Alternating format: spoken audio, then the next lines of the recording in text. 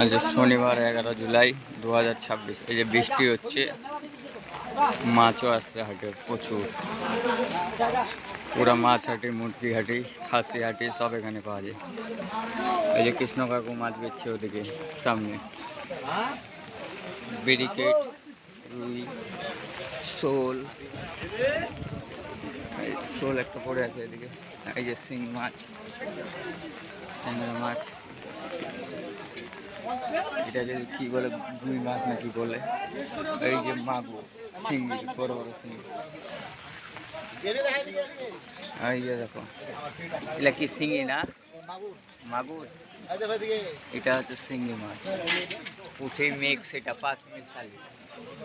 ট্যাংরা, এই যে দেখো বইদার আছে, কোস্ট চলে আসবেন মাছ লাগলে সবসময়, এনি টাইম।